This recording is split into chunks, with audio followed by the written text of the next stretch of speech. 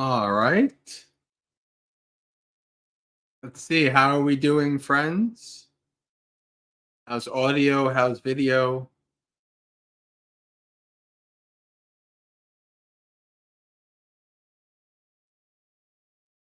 Hello, Rick, Karuna, Julie. Hello, Geeta. And Kumu, Anna. I see some some what you call Buddhist Insights regulars. Luisa, Yankee.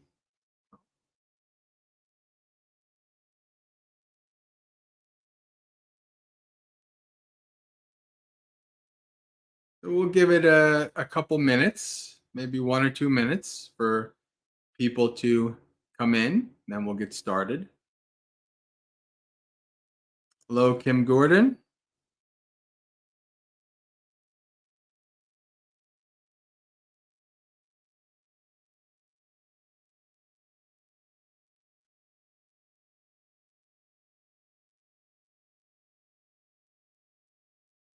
All right. Thank you, Rick.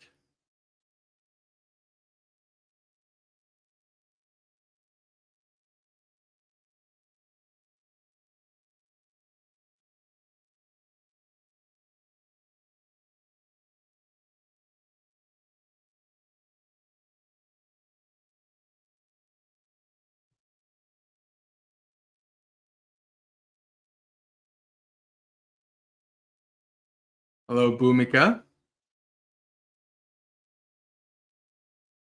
We'll just give it another minute and then we'll get started. Hello, Wasabi-chan.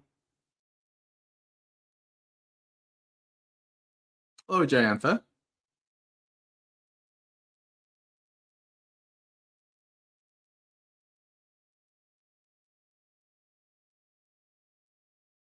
Hello, Usha.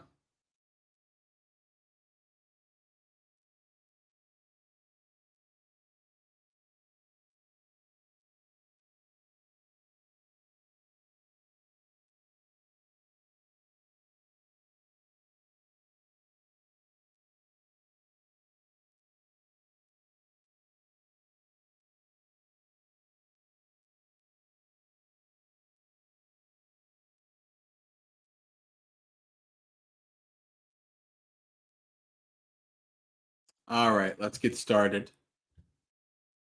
Namo tassa bhagavato arahato samma sambuddhassa.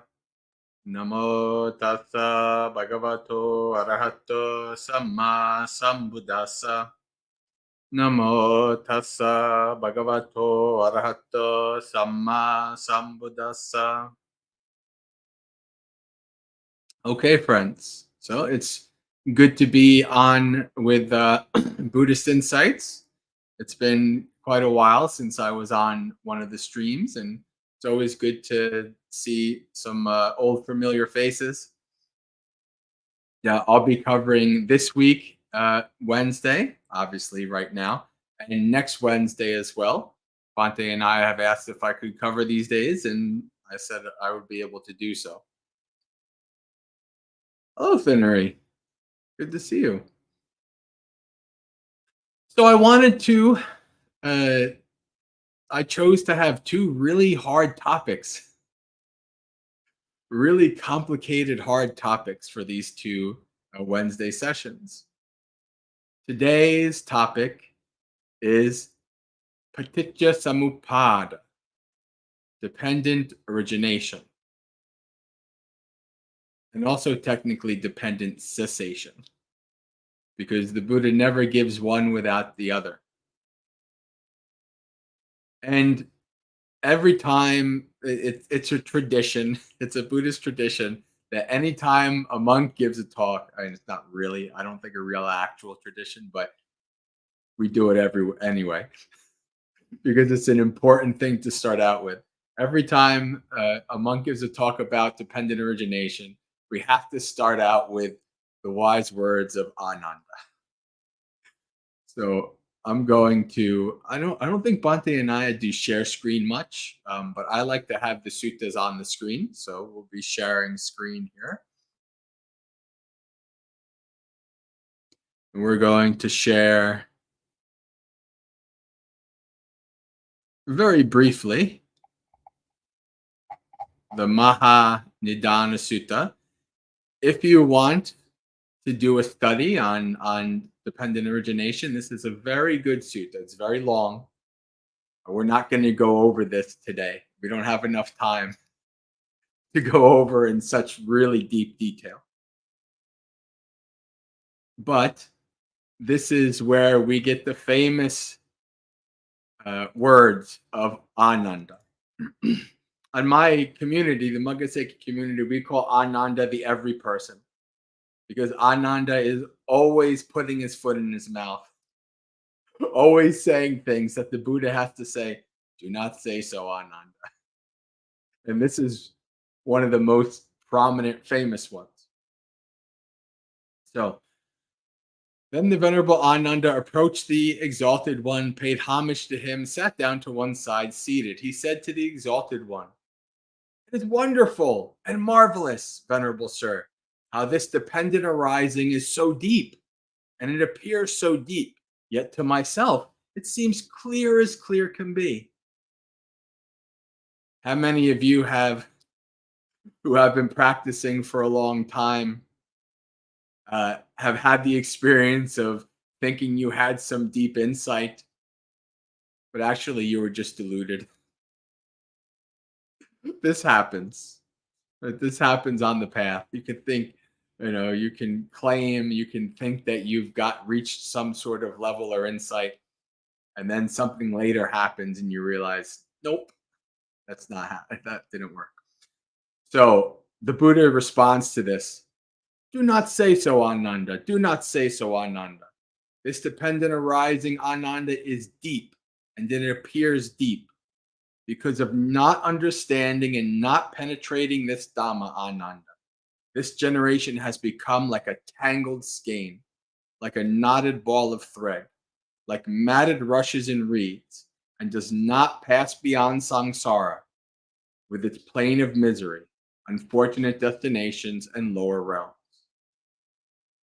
This is very important here. The Buddha is saying it is because of not understanding this process that we keep causing ourselves suffering and remaining in samsara. This is a very important point of how important paṭicca samuppāda is. And it is very complicated. It's very deep. This is a topic, to be quite honest with you, that I didn't even feel comfortable giving talks on until about starting a couple years ago, where I started to get some deeper insights into paṭicca samuppāda and understanding it. And now these days, I feel like I am able to start sharing with it. And as any teacher knows, when you start to teach things and share things, you learn even more. So it's very good. But to really understand dependent arising and dependent cessation, we really have to do a prerequisite. That prerequisite is understanding anicca. What does the Buddha say? Bhikkhus, whether a Tathagata exists in the world or does not exist in the world, there is this fixed law of Dhamma. All things are anicca. Sabbe sankhara anicca. Everything is impermanent, unstable, undependable, changing, subject to arising and ceasing. This is the fixed law of the universe. This is something that is to be seen with insight to really understand this. Intellectually, we can say, yeah, I know things change. I'm going to get old someday, far, far, far in the future. I'm going to die eventually someday, far, far, far in the future. We intellectually kind of understand anicca, but we don't really understand anicca. When we start to really see anicca with wisdom and insight in our own experience, an experiential knowing, then something like dependent origination. And the topic for next week is going to be anatta, soullessness, not self. Then these start to also become clear. The reason why paticca samuppada is said to be hard to understand, hard to grasp, is because it is not really something you can intellectually fully grasp and understand. It is something that must be experientially understood, seen in your own experience.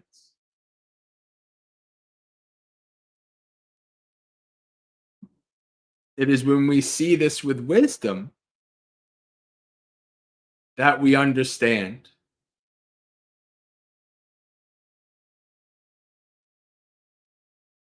But we have to first really understand that everything is changing, impermanent, unstable. Everything is moving. If there was just stasis in the universe, that nothing arose, nothing ceased, nothing began, nothing ended, there would be no such thing as dependent origination. Actually, there would be no such thing as a path that leads to the ending of suffering. All would just be pure stasis, pure, just unchanging, standing still. So, dependent origination is a logical reaction, a logical follow through of the fact that everything is anicca.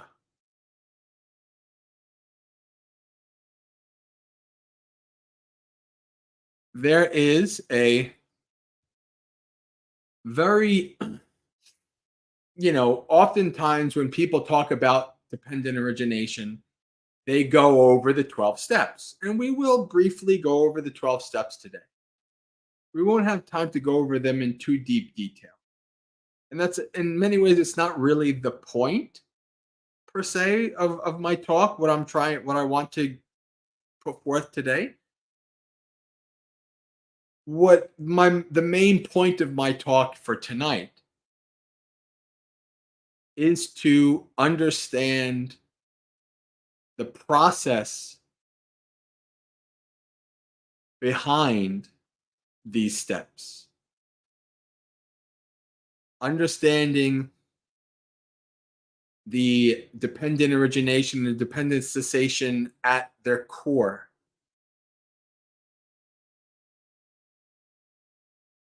And one of the ways I think that you can understand this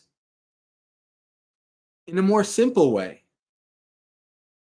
is actually something that's not really very prominently taught. Again, just because I say simple doesn't mean that we don't want to fall into the ananda trap here. That thinking, oh, I fully understand. Yeah, of course. No, I understand this. But if you're somebody who's trying to understand dependent origination and you're like, how do I got to memorize all these steps and I got to do this and you look at all these graphs. I even have like mind maps that I made years ago. And you like look at all these, and other people have made even more complicated graphs. And you just try to look at these and try to understand all of these things. It can be a lot. But if you were able to take these two sentences and to keep them close and to reflect on them, it would be a very, very good practice in tuning your mind to understanding anicca and paṭicca samuppāda, dependent origination. In a second, I'll show you the sutta. It's in many places in the suttas. It's not in just this one sutta. But I do want to show you how it's written and how you see it in the suttas. You can find it yourself even. But dependent origination can be shortened down to 2 lines. When this arises, that arises. When this ceases, that ceases. What is that pointing towards? When this arises, that arises. This arose because of this. And other things arose because of this. Right? So this arose, then this arose. And then if that goes, well, the causes and conditions that caused it to arise also go.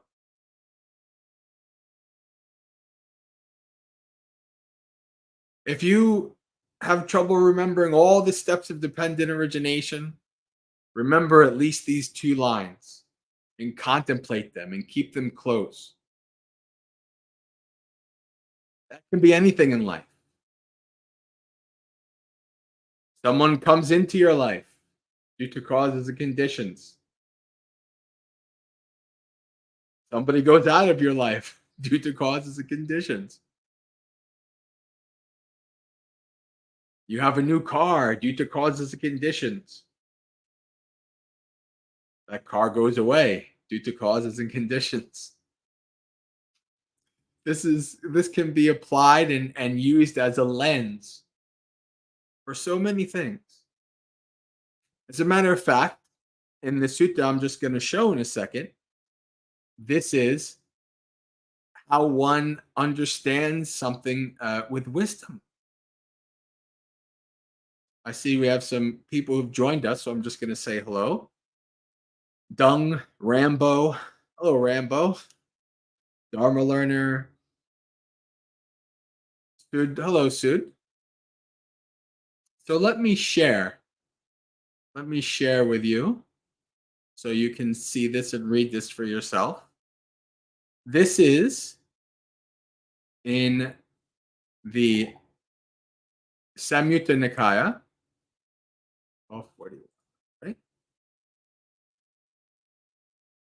In the Samyutta Nikaya, if you ever wanted to go have a deep dive on paṭicca samuppāda, you can go to Samyutta Nikaya number 12, and you have 100 pages worth of suttas talking about this topic.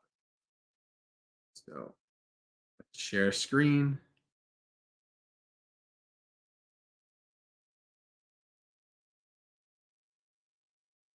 So this sutta is not specifically per se.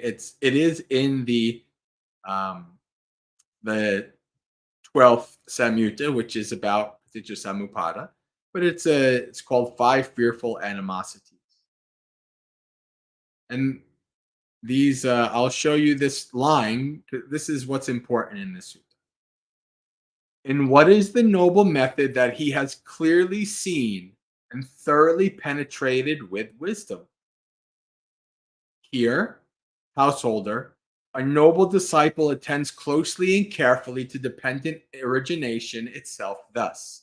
When this exists, that comes to be.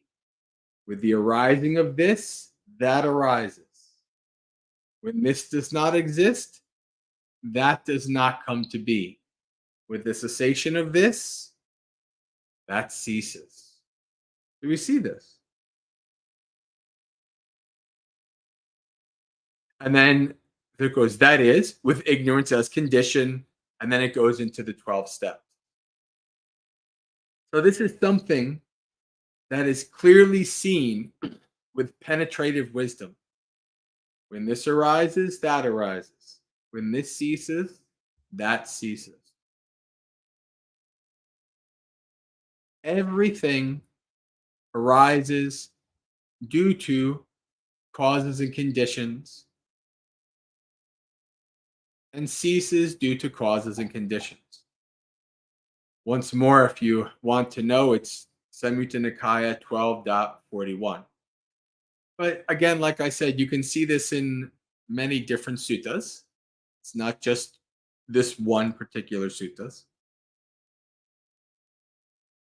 So this is the framework to keep in mind. When this arises, that arises. When this ceases, that ceases.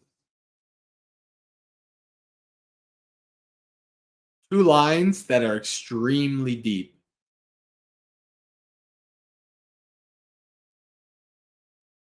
When something arises due to causes and conditions, what does this mean? I think another word that's important for us to understand, and we'll find this word literally is in dependent origination, but it has a specific focus in dependent origination.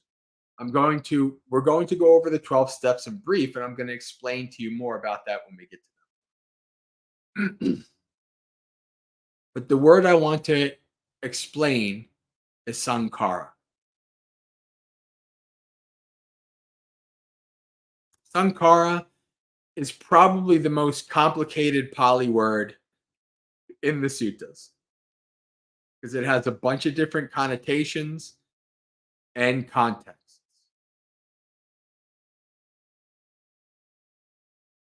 But the most broad context of sankharas is literally everything, except for one thing, except for the state of nibbana. When you hear somebody say all is conditioned, what they're saying is all is sankhara.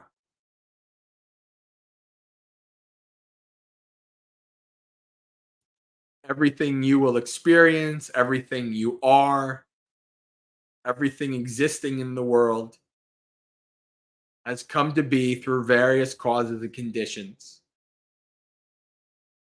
It's all sankharas.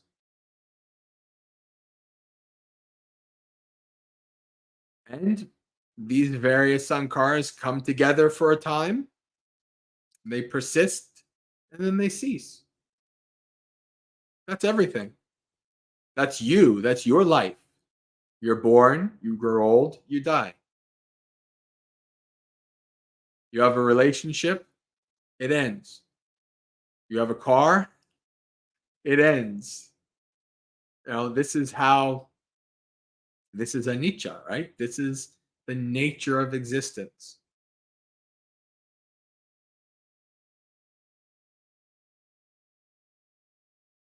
This is when the Buddha says the three things: sabbe sankhara anicca.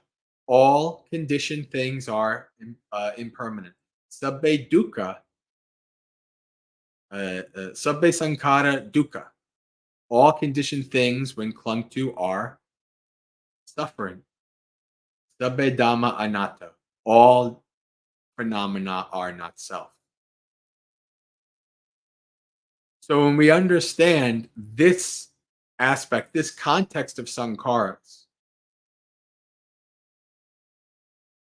then perhaps we can start to understand the basic building blocks of dependent origination.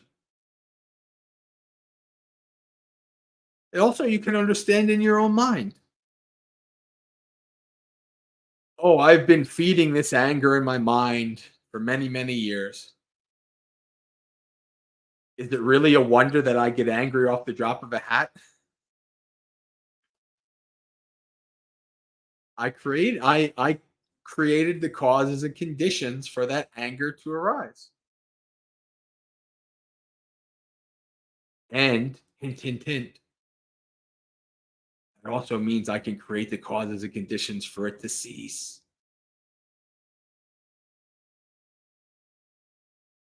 When this arises, anger arises. When this ceases, anger ceases.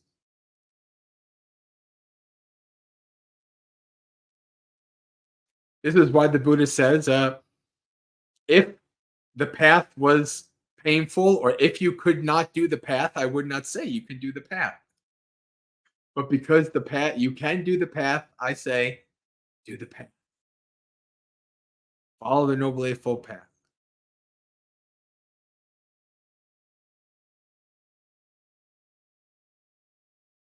In science, they have the error of time and entropy and conditionality of one thing leads to another, and that's a very good kind of like basic start.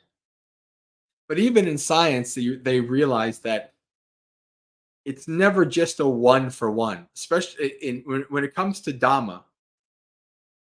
We understand that for something to arise, there's a whole spider web of countless causes and conditions that arise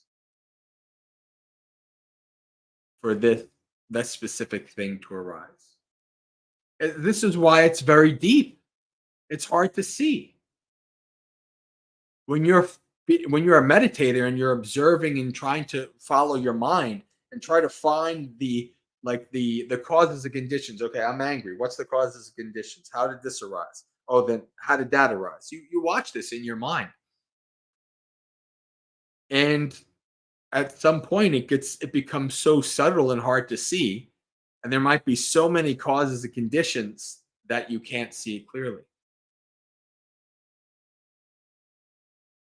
It's not easy to see this, but we train ourselves when we do our meditation, when we follow the Noble Eightfold Path, do all the contemplations, the satipatthana contemplations and practices and meditations. When we do all of that, we are training ourselves to be able to see this nature of reality, this understanding, to be able to see deeply.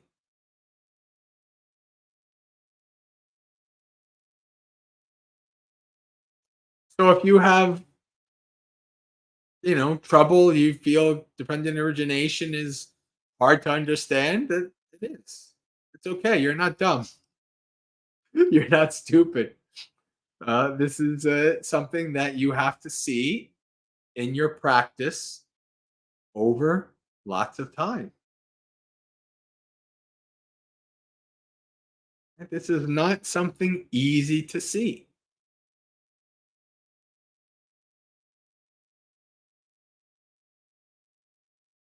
So it's okay. So now that we understand a little bit of sankharas and anicca, we've gone over the line of the two lines of when this arises, that arises. I think now maybe we can go into talking about the 12 links, as it's put. One of the things that should be understood is that the Buddha is not talking about all of existence when he's talking about the 12 links of dependent origination. He's talking very specifically, as he always does. The Buddha never talks about, or almost never talks about, the external world. Even when he's talking about the world, he's almost always talking about the six senses, this mind and body. So 12 links of dependent origination are not to be understood that they are explaining how the world comes to be and things like this. The 12 links given here are very specifically the Buddha explaining how we keep finding ourselves in this mess called the samsaric state. How the heck do we keep getting reborn over and over again? Why does this keep happening? Well, the Buddha explains it in dependent origination.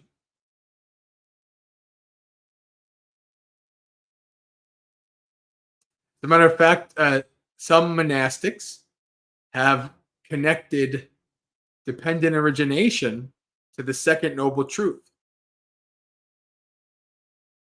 And they've connected dependent cessation to the third noble truth.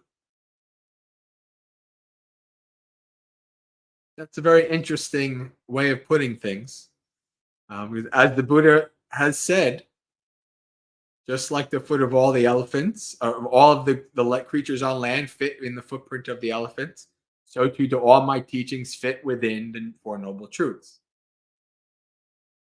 This is not an invalid statement. This is quite a right statement in this regard. So the Buddha is not talking about how planets come to be or how the universe comes to be. All of that is not part of his purview. It doesn't help us become awakened. It doesn't help us end our suffering. So dependent origination is specifically explaining how we keep getting ourselves stuck in this mess.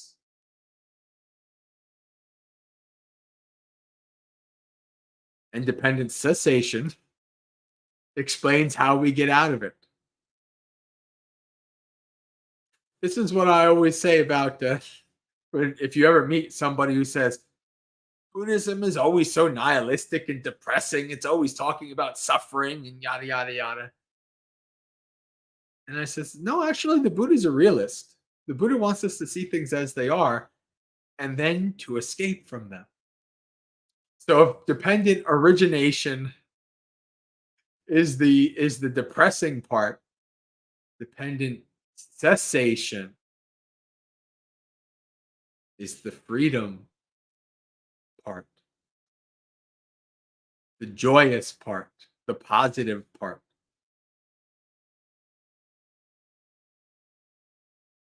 And we can go very briefly to a sutta. This is the first sutta in the Nidana Samyutta, the section of the Samyutta Nikaya that's all about the dependent origination. In that, the first sutta that I showed you, where Ananda says it's simple, the Buddha goes into more detail about each step. But again, like I said, we don't have all night. We don't have too much time to do this. So we're going to just go through it fairly surface level.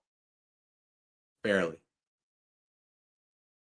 People, even at Bhavana, we would do a whole week-long retreat talking about all. We spend an hour almost talking on each one.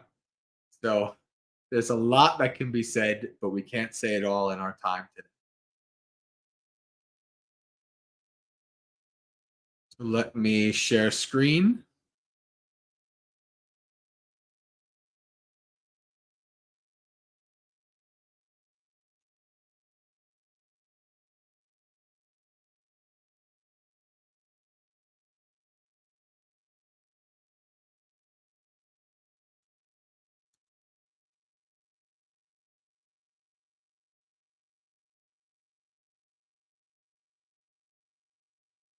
I think I'll make it a little bit bigger for you guys.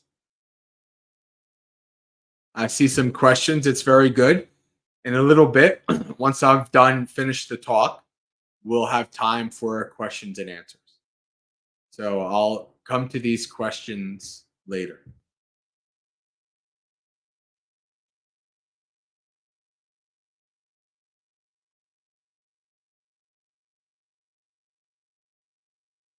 So this is 12.1. This is the very first sutta in the Nidana Samyutta.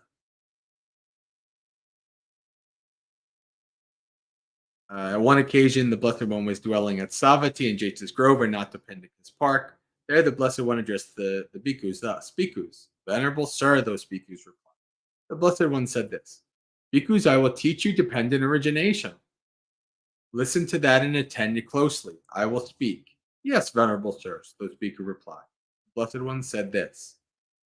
So here's dependent origination, but like I said, almost always in a sutta, when the Buddha is talking about dependent origination, he also talks about dependent cessation. So right here in this essentially 3-paragraph sutta, we have listed out dependent origination and dependent cessation. So, and what bhikkhus is dependent origination? With ignorance as condition, volitional formations come to be. So this is the framework. There is something there, and that cause and condition is the basis for this to arise. In this framework, it starts with ignorance. You read the Samyutta, the Nidana Samyutta. In some places, it actually doesn't start with ignorance. Very rarely. You'll see a few different variations here and there. But the 12 links start with ignorance. And we shouldn't even necessarily think of this as kind of like the original sin, or like it all started with ignorance. Remember, the Buddha said that he went back and he could not find an origin to this whole mass of ignorance. But this is a good enough starting point. This is kind of like the linchpin. Or if you remember that game Jenga, where all the blocks are stacked up and you have to keep taking the blocks off until the one takes and the whole thing falls down. So it starts, the basis is avidya, ignorance. And so the Buddha says here, with the basis of ignorance, volitional formations. This is sankharas. So volitional formations here. Volition is will, intention. Formation is things that come together. So this is formations of will. More modern translations, people have, even Bhikkhu Bodhi has changed his translation of this a little bit to was it thought? For some reason I'm blanking out on it, but like intentional thought, right? This is intentional mental action, volitional formations. So with ignorance, volitional formations. And we'll keep stacking it up. Keep stacking up that Jenga tower. When volitional formations is there, consciousness. When consciousness is there, nama-rupa, name and form, mentality and materiality, mind and body. The various aspects of what we call the psychophysical organism come together. Nama-rupa.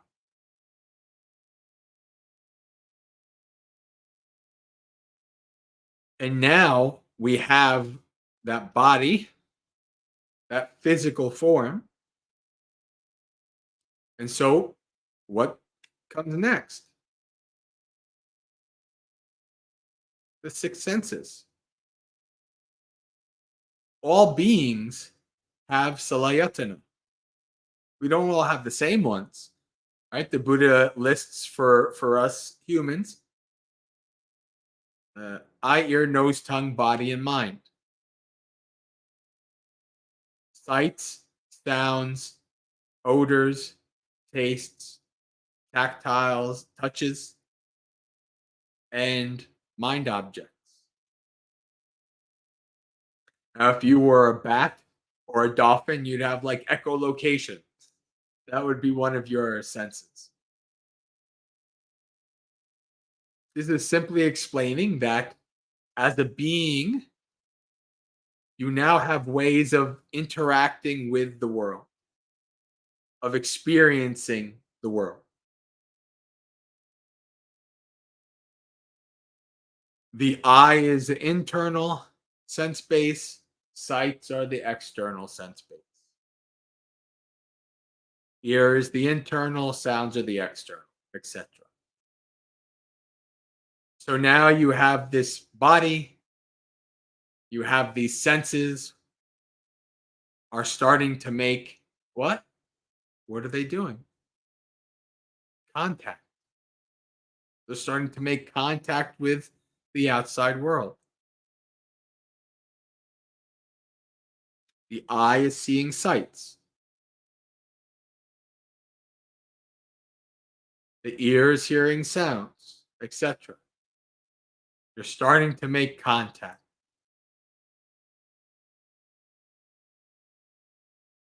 And then, because of our ignorance, well, maybe not because of, maybe I shouldn't say that because even awakened beings have Vedana.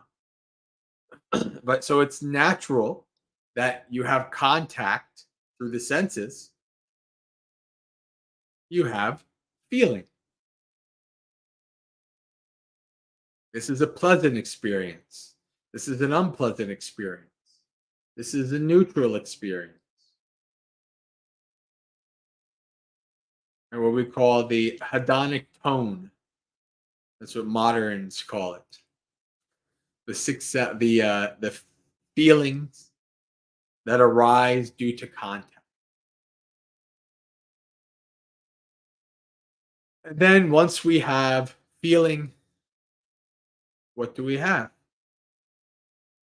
We have likes and dislikes. We have craving, thirst, tanha. I like this feeling, I want more of it. I don't like this feeling, I don't want any more of it. But unfortunately, the way things go in this existence, you have no say in that. No matter how hard we try, we're going to experience pleasurable and painful experiences. But because of that ignorance, that thirst, we try to arrange the world in such a way that we maximize our pleasant experience and minimize our painful experience. And while because of that thirst, as we're trying to do that, what arises after tanha? Upadana, clinging, fuel. We're fueling with our craving, we're fueling our desire, our grasping, our acquisition.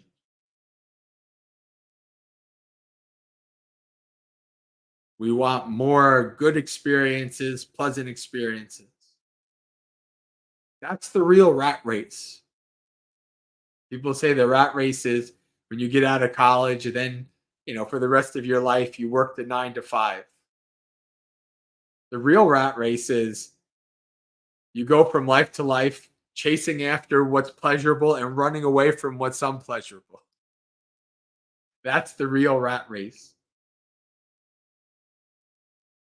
The wise stop running the race. Why am I running this race? It's just nothing but suffering. How about I stop? I think that's a good thing. Like that simile where the Buddha is talking about how you slowly come down from certain mind states. It is as if somebody were to say they were running and they were say, "Why don't I walk?" And they were walking and they were to say, "Why don't I lie down?" Right? It's like, "Why don't I stop this rat race?" Because with clinging, when you're fueling this craving, what happens? Lava, existence. We've reached the end. In my morning session, we were just reading through Ratapala Sutta, and he says that the a person reaches the end of life with plans unabated. We've come to the end of life. We haven't. We're not done with the rat race. We keep giving that momentum, that energy, that fuel, and once it's over, well, we continue to exist. Bhava, existence. Some people say re-existence. But we are fueling our continued existence. This is the cycle. The dependent origination is the way that we are doing this. And then once we come to existence, you're strapped in for the roller coaster. But birth arises. Once you're born, aging and death, sorrow, lamentation, pain, grief, and despair come to be.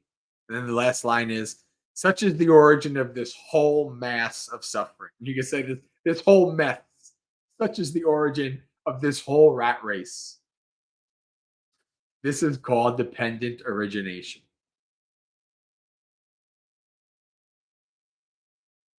That's quite depressing. If that was the only story that the Buddha gave, yeah, that would be quite nihilistic, quite depressing. Oh God. You mean I can't leave this rat race? I can't get out of this? I can't there's no escape? Yeah, there is. It's called dependent cessation. But with the remainderless fading away and cessation of that ignorance. You ever watch dominoes? Right? There's all these dominoes lined up, and they're all in these really fancy, um, you know, uh, fancy. I don't know why I'm going blank. Fancy different methods and lines and circles, and they even create pictures and all kinds of things like that. And it all starts with what?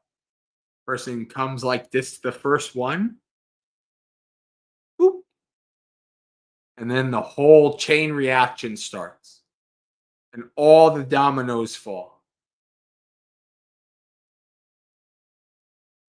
This is why I use the Jenga simile. Right? What happens if you're getting cocky and you think you're gonna win, and you go to get that piece all the way in the bottom, and you pull it out nice and slow, and it turned out that piece was holding all the pieces above it together, so the whole thing falls.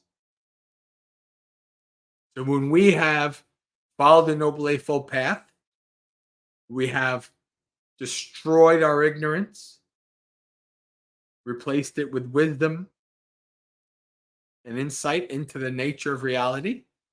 Well, when ignorance ceases, when that domino falls, when that Jenga piece is taken out, the whole tower falls. It just crumbles. With the cessation of ignorance comes the cessation of volitional formations. With the cessation of volitional formations, the cessation of consciousness. With the cessation of consciousness, the cessation of name and form. With the cessation of name and form, the cessation of the six sense bases. With the cessation of the six sense bases, the cessation of contact. With the cessation of contact, the cessation of feeling. With the cessation of feeling, the cessation of craving. With the cessation of craving, the cessation of clinging. With the cessation of clinging, the cessation of existence. No more fuel, no more momentum. When you've reached your final body, it is your final body. There's nothing left but parinibbana, final extinguishment. With the cessation of existence, the cessation of birth. With the cessation of birth, the cessation of aging and death, sorrow, lamentation, pain, grief, and despair. Such is the cessation of this whole mass of suffering. This is why Nibbana is called the deathless in the suttas.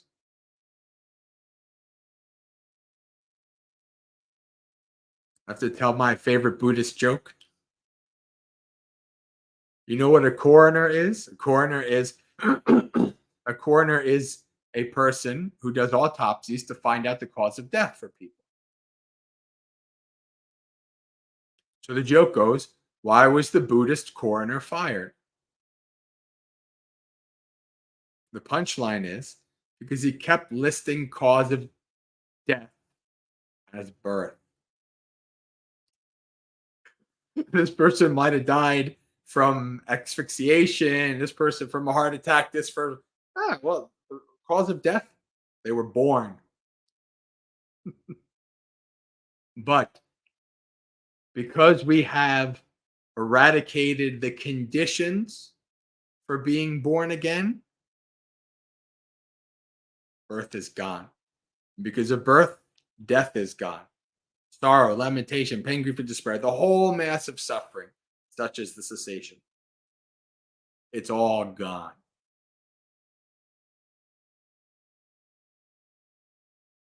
This is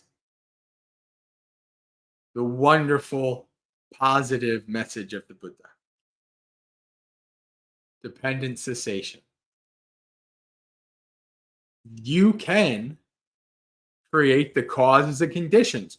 When you are practicing the Noble Eightfold Path, when you're developing those aspects of the path, when you're developing your mindfulness, your investigation, your energy, and when you're developing your zeal, all of these factors, when you're developing these, you are setting the causes and conditions for the destruction of your cycle. The more you weaken the ignorance, the weaker your cycle, the weaker your samsaric state gets, until the final time when you destroy your ignorance. And then there's no more fuel. The causes and conditions that you have set forth over multiple lifetimes have reached their inevitable end. You created the causes and conditions for the ending of your suffering, for the ending of the rat race. That's a powerful, empowering message, is it not? It's kind of like the opposite of the victim mentality that some people have. Like, woe is me, life sucks, the world sucks, everything sucks, nothing's gonna change, it's just miserable. I'm just gonna wallow in my misery for the rest of my miserable life. Well, the Buddha's saying you can actually do something. You can actually put in the work to end your suffering. You have that ability to do that. That's very empowering message. Very beautiful message. You can end your own rat race. You can let go. It takes a lot of work. and a lot of practice and a lot of time, but you can do it. This is the empowering, beautiful message of dependent cessation, that you have the ability to change things. You can steer the ship in a different direction. You just have to know how to sail the ship. You just have to know how to adjust the sails. The more you understand dependent origination, the more you understand how to adjust the sails.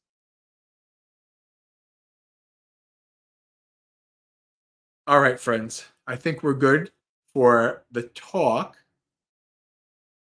Now we have time for questions. I see there's already some questions. I'll answer those questions. We have, if we need, another a half hour. I wouldn't mind ending early if we could, but if you have questions, I'll do my best to answer them. Just as it's hard to understand dependent origination, since I'm not an arahant, sometimes it's hard to explain it as well. Sometimes questions can get really complicated, so I cannot guarantee an answer to your question, but I'll do my best. So,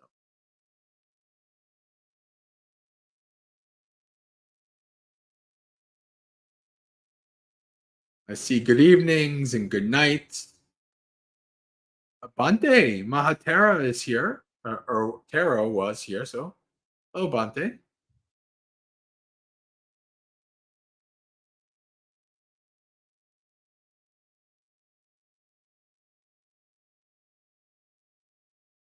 So, Kumu has a question here. What about the Sankara in the five aggregates? So, the Sankara in the five aggregates is the same Sankara in dependent origination.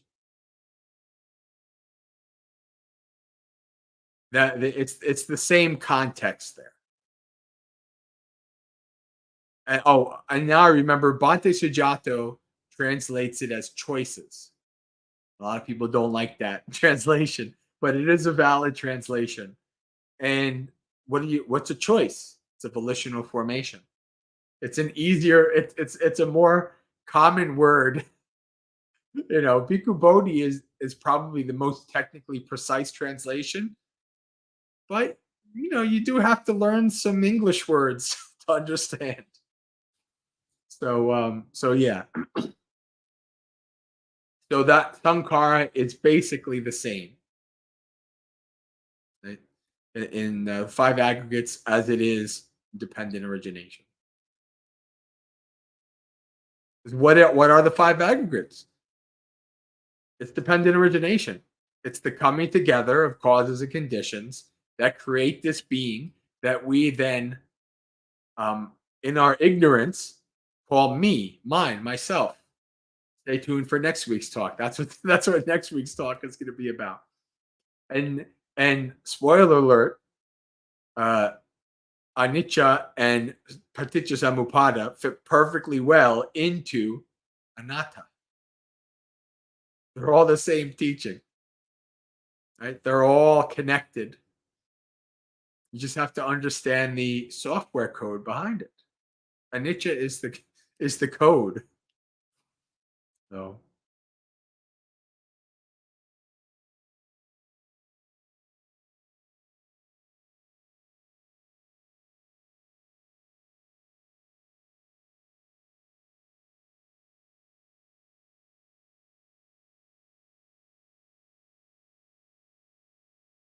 do I have any reflections? I I don't. I think especially towards the end, maybe I went into some reflections. If you want anything more specifically that you want me to reflect on, um, I can do so. But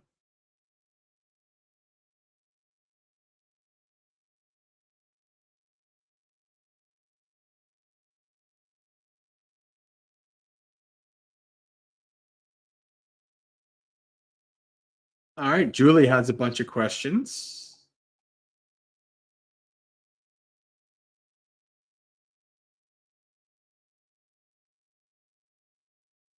Dear Venerable, is this the reason for sense restraint with the 8 precepts? Because it is highly probable that one experience using the senses leads to unskillful, unwholesome actions in relation to dependent origination. Yes, yeah. You When you are being mindful and you're observing reaction, your action and reaction to stimuli in the environment, right? Your things are pleasant, pleasant feeling arises, you attach, unpleasant feeling arises, you become averse, etc. When you are investigating that, and you need to be able to have some restraint to do so, to kind of be able to step back and to observe it. If you're totally wrapped up in it, you can't really learn too much from it. At least if you're a fairly new or untrained meditator. As you become more adept in it, the fewer times, the less amount of times you do it, get kind of wrapped up in, sense pleasures and things like that. You do have a level of ability to investigate even while you're wrapped up. It's a skill that needs to develop. It's not easy to do. Um, but yes, uh, and this is why sense restraint is not in the 5 precepts. Sense restraint is another level of sila. Right? It's another level of practice. Understanding at a more refined level how you create your own suffering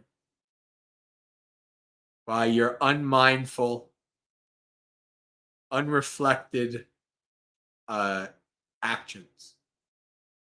So the more you see how you react, how you act, the more you realize, oh, this is unskillful. And you see other ways of doing things. Maybe I'll try it this way. You try that, and maybe it works or maybe it doesn't. So you try something else. But this is why sense restraint is very important to the practice in that way.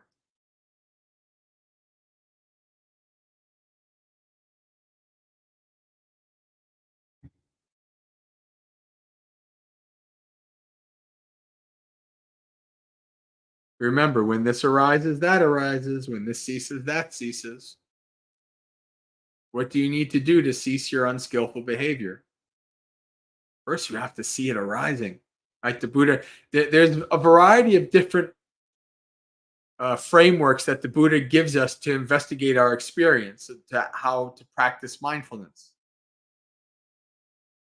One of them is, right? You know when something arises, and you know when something ceases. So you're observing how this is arising. And in the beginning, it's hard to see how something arises. Oftentimes, it's just like it snaps, and you're like, oh, I have this in me. But over years and years of observing your mind and seeing how the nature of the mind, you see further steps back before, and you see, oh, this is arising. And then when you see it, you can create the causes and conditions for that thing that's arising to be steered in a more skillful way or to be abandoned. You have to be able to see it first.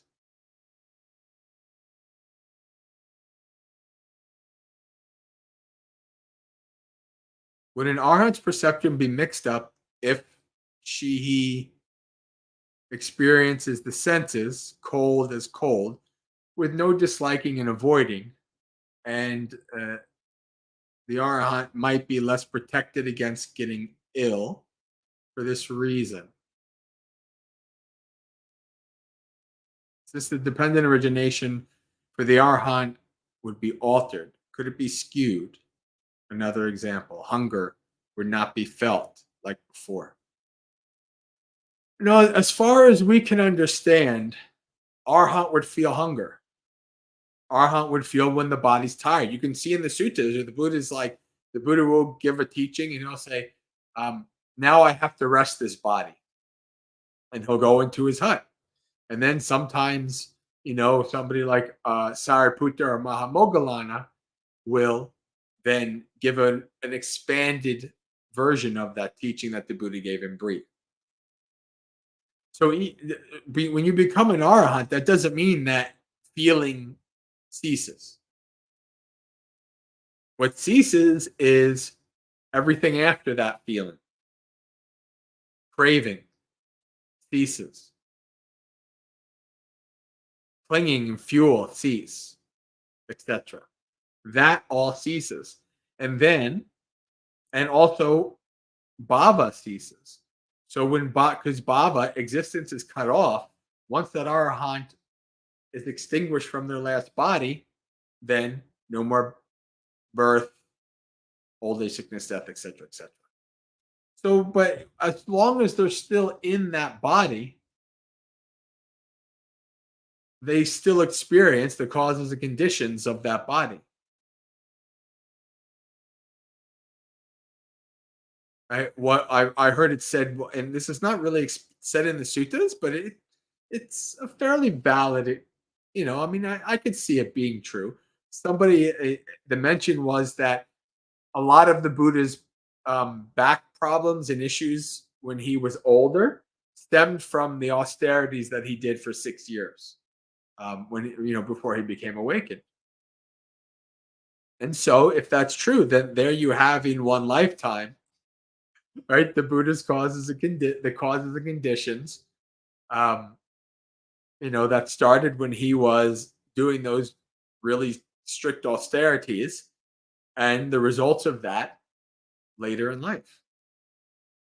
I don't know what you mean. Could it be skewed? They will experience cold as cold. Now, I don't know that would make them more or less protected from getting cold, from getting ill.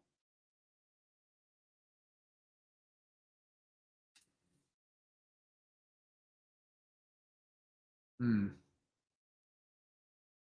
There is always an aspect to pain and illness where the mind makes it worse.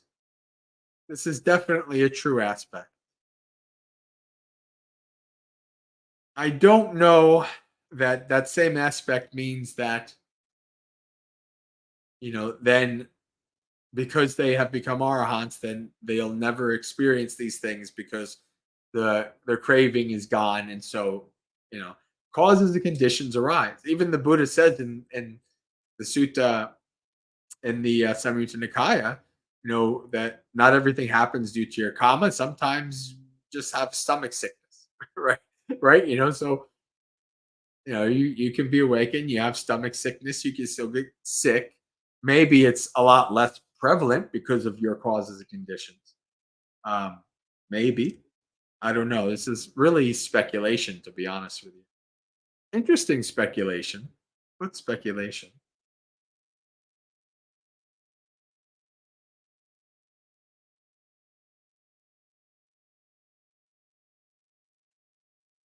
All right, Sud. So, past lives, volitional activities due to ignorance of not knowing the Four Noble Truths has led to this consciousness with Namarupa, six senses, from which more activities which lead to future birth.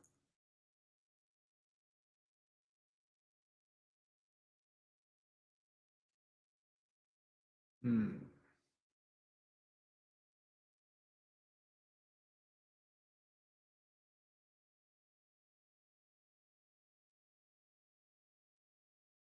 I guess you could put it that way. This kind of falls in line with I don't remember the name of the Bhante who splits dependent origination into 3 lives. I don't necessarily follow that per se. I don't necessarily think you need to do that, but it's really just this continuous cycle. It's just like a wheel that keeps turning, from one life to the next.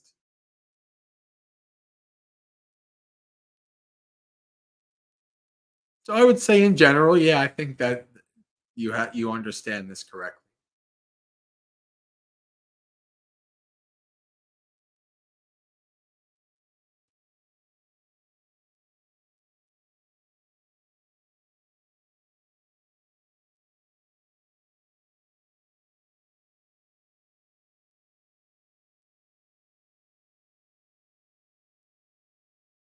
Kuma or Kumu. Bhante, as I understand, Sankara in the five aggregates is only a small subset of the whole mass of Sankaras in the universe. Yes. Yeah. The Sankara in the five aggregates is your Sankara, right? Because this is five aggregates. We'll talk about this next week. We talk about not self, soullessness. Sankara, this is your personal Sankara, right? When we talk about the five aggregates, you know, my Sankara and your Sankara are maybe not exactly the same, right? Because depending on different causes and conditions, but it's still Sankara. What is Sankara is what isn't. Basically, everything is. So, yeah.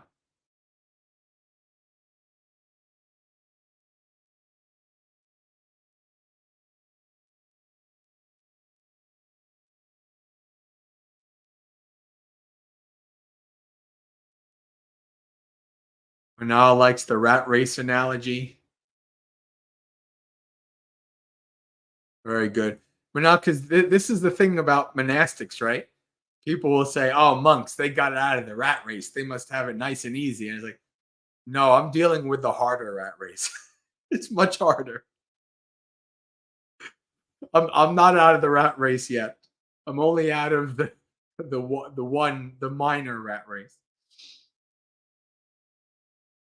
and I'm still stuck in the big one.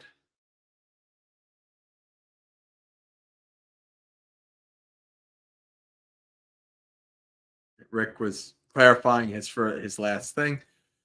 I was asking if you could speak on how dependent origination and cessation are inspiring, how they together generate hope and faith and determination. Well, I think I do think that I covered that in my last couple words. Like it's empowering. It is telling you that you have, because most people have the view that other people cause you suffering. And so when you have that view, which the Buddha categorically denies, then you give up all agency to the powers outside. Oh, I have no ability to change any of this. It's all the outside. It's that person's fault. It's the government's fault. It's that fault. It's this fault. Whatever. Well, you see this a lot in society today, don't you? People, it's their fault. We have to change everything from the top down and all these things. Why is that? Because they do not feel that their ability to change their life, they don't know that they can. They don't know how to. They can only blame the external. So this is what we do. And this is not a slight against any individual person or group or political part. This is all of us. This is what we do as beings. We look for the external as the cause of our suffering. And because we do that, we completely miss the cause of our suffering.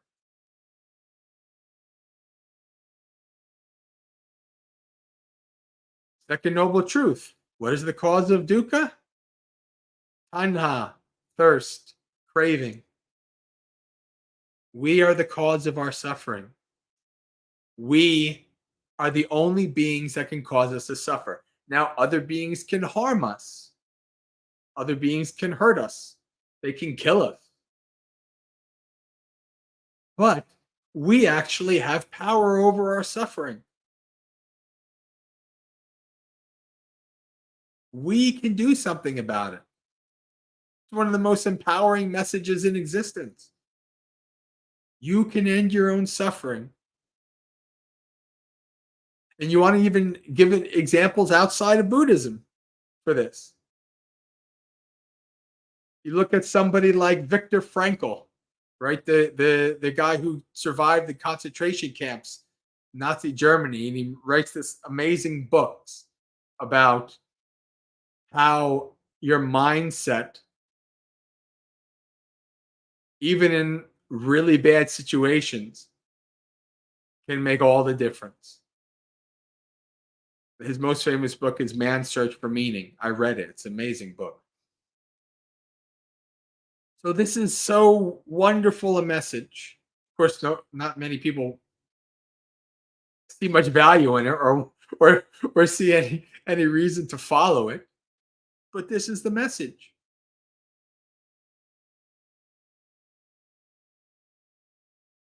Right? The message is you pretty much put yourself in that situation and you can get yourself out.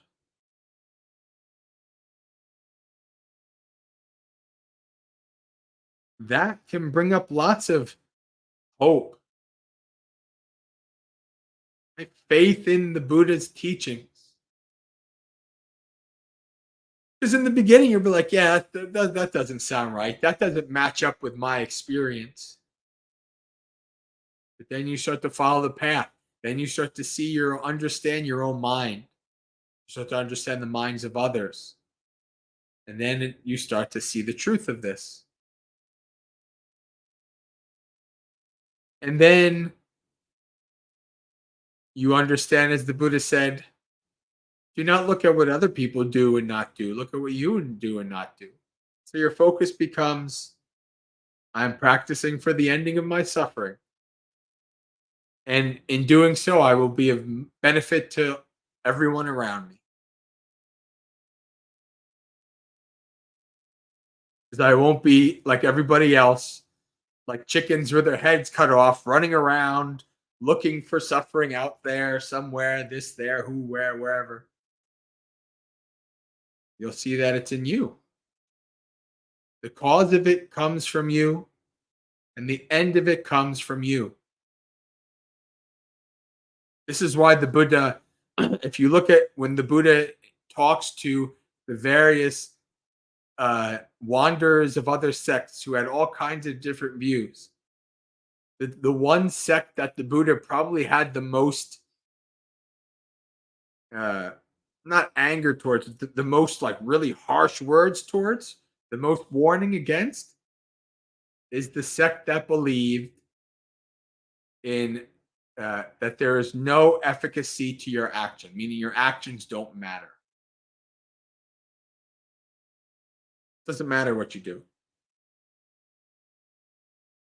The Buddha was very against that because the Buddha says actually everything matters on what you do. Total opposite of that is the Buddha's message. Everything matters that you do. It all matters. Because you'll experience the results of what you do in this lifetime or future lifetimes. So now get to work because you can change it. You can be something else, something better, something more grand.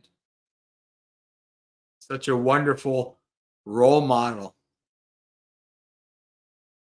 to others so that they can also do this. The Buddha says very clearly, Buddhists can't, you can't, what do they call it? You can't, you can bring a horse to water, but you can't force him to drink. Buddha says, all I can do is point the way. I can't force you to go down. You have to follow the path yourself. So that's why those who honestly and sincerely dive into the practice, you notice a change in them over time. They've taken responsibility for their dependent origination. They're working towards dependent cessation, slowly but surely.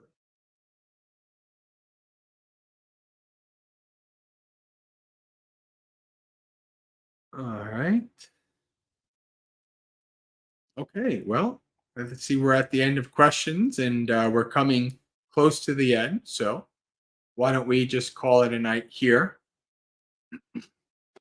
All right, friends. Sukihotu, may you be well and at ease, practice well and be well. May you have a spiritually successful and peaceful practice until we meet again, which for those of you who attend my sessions will be very soon. If I survive and if I'm alive next Wednesday, same time, I'll be back again next Wednesday to talk about another really hard to understand and complicated problem, anatta, not self, soullessness. So have a good week.